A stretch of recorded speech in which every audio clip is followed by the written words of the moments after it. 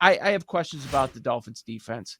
When you give up 300 yards to Carolina, the worst offense in the NFL, I mean, those are going to be brought up again. It's going to be good for them when Ramsey does return. So it sounds like that's going to happen in a few weeks. They can score with anybody. Mostert steps in. They didn't lose anything. He snaps. Like, he's on pace for 31 touchdowns this year. So the Dolphins offense is going to get theirs, but are they going to be able to stop the Eagles? Hurts coming off a 3 interception game. I expect them to stick with the ground game a little bit more. I know it going into that loss against the Jets, I don't think we're that shocked because it kind of felt like the loss is coming. Like, they're 5-0, but the loss is coming. And then they got it. Was it out of the way last week? We shall see. I think they're going to stick to the ground more. That's the strength of this team. It feels like they've been trying to force the whole Hurts downfield passer thing. We'll see. Devontae Smith did not practice, but he does expect that he's going to play in this matchup. I like the Eagles at home laying less than a field goal. I think this is a really good spot coming off the loss going against the Dolphins. The Eagles, anything under -3. I got it at -1, but I believe it's 2.5 last I checked. And it's just the fact that we're getting a discount on Philadelphia. The Jets have made everyone look stupid. They forced Josh Allen into his worst game of the year. Patrick Mahomes had his fewest passing yards with 2 interceptions against them. And then, of course, they turned Jalen Hurts and the Eagles one-dimensional and then picked them off 3 times this past game. Whereas on the other side of the ball, although we think the Dolphins can move the ball with ease, their defense has been atrocious, and they've really just been banking on playing bad quarterbacks and dunking on everyone for 70 points. 34 points allowed to Justin Herbert, over 40 allowed to Josh Allen. Now we get this Jalen Hurts offense, and we don't think the Dolphins can turn them to one-dimensional. We believe they can have success on the ground, as they had shown they've done all year long, except against New York. So I think it's a pretty good matchup for Philadelphia. I think what is more reliable when you're betting on props in this game is, how about just fading the Cardinals skill players? Why not just do that? Because I like the Seattle defense. Uchenna Nwosu, I think, will get some pressure, against Dobbs. I do think that this front should be able to contain just about any rushing attack. I think that's the play more than anything else, because you could mix and match, and I think these props will be exaggerated because we know the Cardinals are bad, but I think offensively there may be a little bit of hope in, say, the ground game, and I want to evaporate that. And so Keontae Ingram props, I would probably fade those any which way you can. Found 52.5 rushing receiving yards. I want to go under that. I think we go to Kenneth Walker in this spot initially because Cardinals 25th in yards per attempt to opposing running backs, 22nd in their rate of explosive runs, 10-yard gains allowed. And even Kyron Williams last week, despite starting the first half, just 2 carries, they came out of the half, their first 6 plays in the third quarter, all runs. And then we saw him have 4 runs of 15-plus yards whenever they started getting that going. That's kind of exactly how the Seahawks want to play, although maybe some other players get there. I'm hoping Jackson Smith and Jigba numbers don't get too steamed. DK Metcalf now quietly back-to-back DNPs for the Seahawks.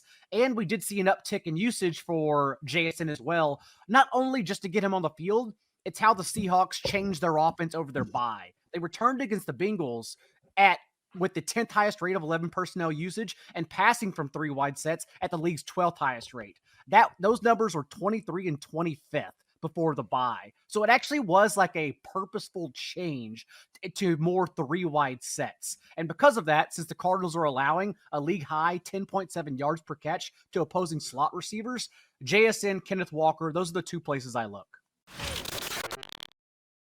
The passing attack just isn't performing well. And I think that's what's making everybody frustrated with Desmond Ridder, is that he should be in a position to succeed with Drake London, with Kyle Pitts, like all these pretty decent to fantastic targets, and nothing is working out at all. And now you're facing a Bucs defense that does really well against outside zone runs. They have contained them quite effectively. This is a bad matchup for Atlanta. And I don't trust Baker Mayfield either. So maybe the under 37 is the play, even though that is a low number, but it is outdoors. And so I guess that's okay. But as far as a prop I really, really like, we mentioned that we have no faith in the Falcons passing attack. I have no faith in the Tampa Bay rushing attack. Rashad White under 72.5 rushing and receiving yards. Absolutely. Let me hammer that one. At wide receiver, some bombs out there. I just mentioned the Raiders. DJ Moore, great matchup. 50-1, DJ Moore. We've seen him win this category to be the receiving leader. Christian Watson against that Broncos secondary, 60-1 to be a receiving leader. Rashee Rice, 150-1 to be the receiving leader and potentially a high-scoring affair. And something that I don't normally see posted, but it's like, hey, if I'm not big on Kelsey this week, somebody's going to be the tight end receiving leader. Michael Mayer's turning it on, 40-1. Bears struggle against tight ends, so that's a possibility. All these names I've mentioned, I will be taking a look at alt numbers. With receiving leader, I was looking at A.J. Brown, 11-1. Kind of liked your process, Ed, with looking at Jalen Hurts for the passing leader. And, I mean, A.J. Brown's capable of putting up some big numbers. So 11-1 is some good value there. I'll go with Kenneth Walker for the rushing leader. Not a lot of value there, but I'm just expecting a big game. They are who we thought they were. Fading the Cardinals. Ken Walker has a big game. First off, like if TJ Watt is not 100% or not out there at all, whatever the case may be, I still trust Alex Highsmith. I still trust other pass rushers in this defense. I think they can be okay. I think one thing that has perhaps been lost in the shuffle in terms of how enamored we've been with this Rams passing attack is that the offensive line has not been doing Matthew Stafford a whole lot of favors. In terms of pass blocking, PFF gives them the 5th lowest grade in the NFL. And that to me is a really big deal if Matthew Stafford isn't 100%. If he doesn't have that mobility where he can get outside the pocket or at least evade some oncoming pass rushers, I think that's a big problem in a game like this. I do think that the Steelers defense should be able to come ready to play. Now, granted, Rams in terms of run blocking, they're pretty good at that, and they do have some good backs. It looks like that the ground game for the Rams is starting to settle in, and boy, did they lean on that a lot last week against the Cardinals. So it's something where I think the Rams can at least keep this game close, but I got to back the Steelers here. I think we'll see Kenny Pickett as more of a runner than a passer, though Deontay Johnson being added to the fold certainly will help the cause for the passing attack. But I wouldn't be surprised if Pickett uses more of his legs and more of his athleticism to keep drives alive. Wouldn't be surprised by that, especially given that this Rams defense has struggled against quarterback scrambles. But what do I feel good about? What do I feel good about, you ask? This is my alternate spread of the week. Give me the Steelers minus 2.5 at plus 160, Joe. The over cashes fairly easily. Astros winner. And then we have a good matchup today. And something we already saw earlier on in this series, lower total 8.5. I think this one's going the distance. I expect a 7-game series. How about you, Erin? Yeah, I mean, I just keep thinking about earlier this week, you guys called it, our guests called it, Max Scherzer back on the mound, and they're going to let the Astros right back in this series, and it's just everything's playing out like you guys said it would. It's kind of funny to me, actually. I don't know. I'm a big believer in karma. Scherzer getting suspended for the sticky stuff. Like, maybe this is all coming back to haunt him. That sounds fair.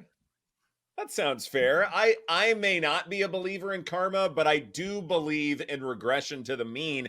I also think this is going to go 7 games. Like, you look at expected batting average on each side of that contest. Astros were hitting 300. The Rangers were hitting 290. Definitely something where the score isn't necessarily indicative of maybe how well the Rangers were playing outside of Haney. I think the hitters, for the most part, did well. It's just, they didn't always leave the yard, and that can happen sometimes. But ultimately, this does feel like a much closer series than perhaps the first couple of games led us to believe. We can agree that today it's going to be tough to squeeze in. We'll talk about during lightning bets, but probably going to be just the direct opposite of what we saw.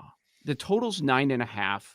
It's a bullpen game, and the guy the Diamondbacks are starting probably going to go 1 inning. You got Sanchez on the Philly side. It does feel like if you want to load up on Philly's props, that won't burn you today. Right. I think that's fair. I feel seen. No, I mean, I finally get in on Phillies home runs, and none of them cash. Gotta love that. well, now It's just a day now too we know we early. got to go back. Yeah, that it always Right. happens like this. Yeah, I mean, Or Bedard just lost pass last night. like I won. It's everything ends at some point. Of The course, a Trey Bedard Turner, I was a day early. reference. Like, I just should stay away from baseball. It's not going well for me.